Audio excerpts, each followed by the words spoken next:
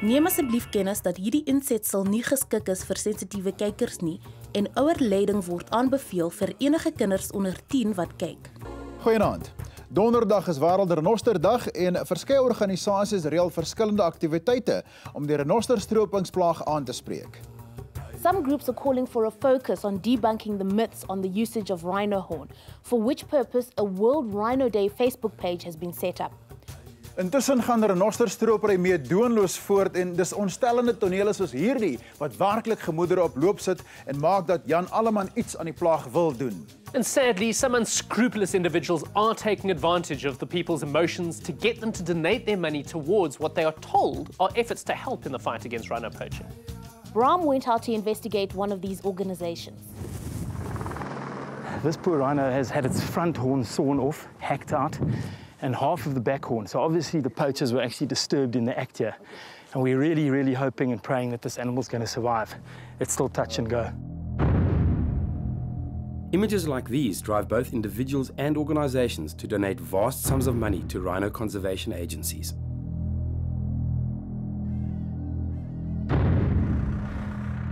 The emotional impact also attracts well-meaning celebrities who give their time to help with fundraising. Mark Tennant from Animal Planet's Mad Mike and Mark television series is one such person. About 2 or 3 months ago, I came to Alberton High. We were busy raising money for little rhinos that had lost their parents, and they need a special formula of milk, which is very expensive. So I came along to Alberton High to motivate the kids and talk to them about rhino poaching, and I can't believe the effect. I mean, these kids have just gone ballistic. They've raised 65,000 Rand selling 20 Rand tickets. It's unbelievable. Equally unbelievable was that when it was time for the Mission Rhino Trust to reward pupils who had sold the most tickets with their promised prize, they were nowhere to be found. Nice to meet you, Mr. Manning. We are concerned because they raised over 60,000 Rand. What has happened with the 60,000 Rand? That's our concern and the parents' concern. But Alberton High was not the only school whose funds had gone missing. Ross, have any of the commitments made by Mission Rhino been honoured? No, not at all. They came to our school and they promised us that for every ticket we sold for 20 Rand, the school would get a 50% portion. How much money was in fact raised by Rand Park High? We raised close to 40,000 Rand, of which we were promised a 50% cut of whatever we raised, and we haven't had any of that money. The phone numbers that we had just don't exist. They had a very large staff turnover. There were different girls that used to come and collect the money, and every time I got a phone call, another lady would arrive. They would take the money, haven't heard anything from them. Employees' correspondence with Mission Rhino's chairman, Mike Swart, revealed that not only was there a high staff turnover, but it also appeared that he had failed to comply with the fiduciary duties associated with managing a trust. We visited a stand at an outdoor show where Mission Rhino was collecting donations, and where we found the first clues to what had allegedly happened to the missing donations. Bank statements that reflect transfers into his own account. I was the operations manager at the time, and so had legal access to all the bank statements and what was coming in and going out. When I did a reconciliation, I was concerned about the number of transfers that were going into his own account. The beginning of January, he gave me a check for, I don't want to lie, but I think it was 96,000 or 103,000 to go and pay on his aircraft. The Trust's bank statements revealed Mike had drawn additional amounts of over 100,000 Rand, labelling the withdrawals as Mike Swart refunds. We managed to find a contact telephone number for Mr. Swart. I spoke to a school yesterday and they said something about in the tune of 40,000 Rand and they expected 20,000 back and they just haven't had anything, heard anything from you. I think it's slightly less than that, but that's quite right. We will be refunding them a certain portion of the money, but that's going to get picked up now in the accounts and exactly what came in from them, you see. Okay. So what would work for you, Mark, to contact you in a week or so? I'll be back next Saturday, a few days after that. It appeared that Mr. Swart was beginning to feel the heat by his tone when he called Mark and left this message. I've had the chap from 50/50 on to me, who I'm going to be seeing on Thursday morning, saying that you've made quite slanderous accusations against the organisation and against me in a personal capacity. I certainly hope that you've got some very strong evidence to back up your your claim. Because if you haven't, Mark, I make you a solemn promise that I will take you to the bring a claim against you. Mike Swart did not respond to calls we made to him from known numbers, nor did he pass any SMS messages on to other trustees. After 6 weeks of waiting, we called him from an unlisted number. Speaking. Mike, hi, it's Braam again from 50/50. How are you today? All right, and yourself, Braam. Good, man. We're missing each other. I've still heard nothing from anyone. Braam, Are you available for if we see you today?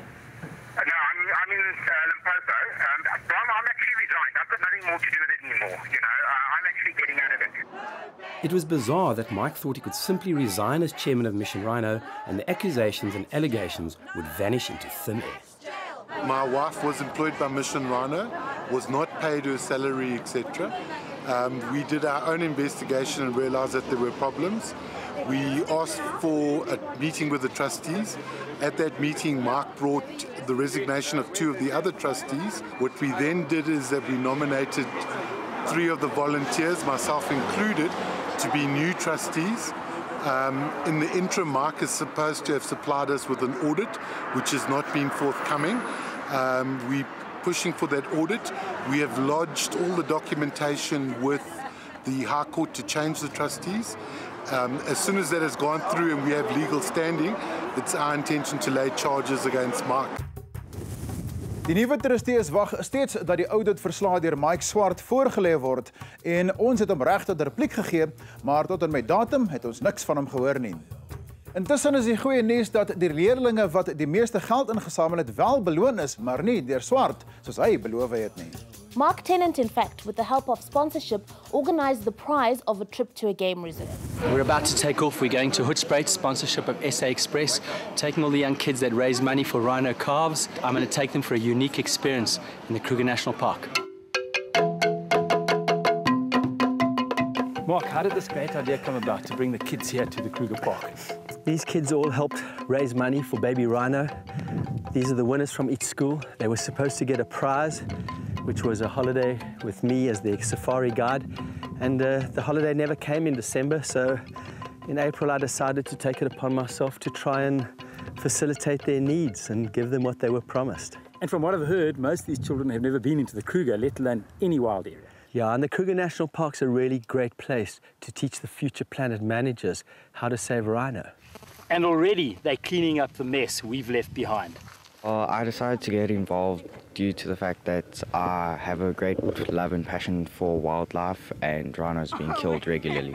I saw the videos and pictures of the rhinos that were poached, and I felt bad because I have a soft spot for them and other animals. I really wanted to join because I care about the animals.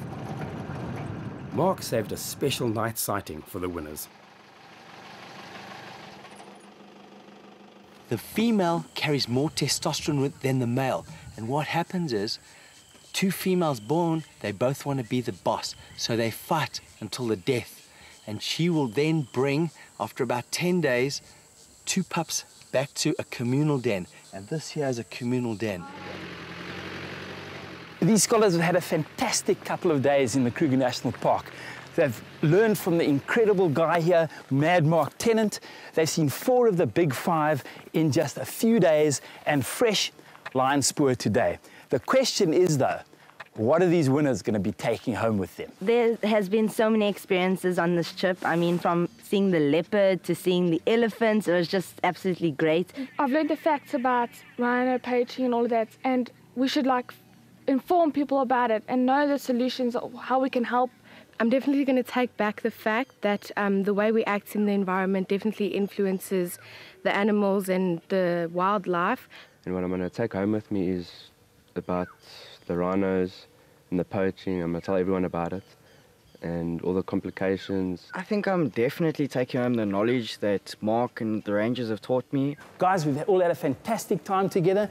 Let's go and meet Bryn Pine James from South African National Parks, one of the special people that has made your prize possible. Welcome to Sandparks. Hello. Hi, nice to see you. Thank you very much for all that you've done for conservation. I believe you missed out on the lions. So there's a little something with everything about the lions for each one of you. Well, the kids have had a fantastic holiday in the Kruger National Park and have just returned home. You know, they really believed that all the money they raised was going to rhino calf rehabilitation. That never happened.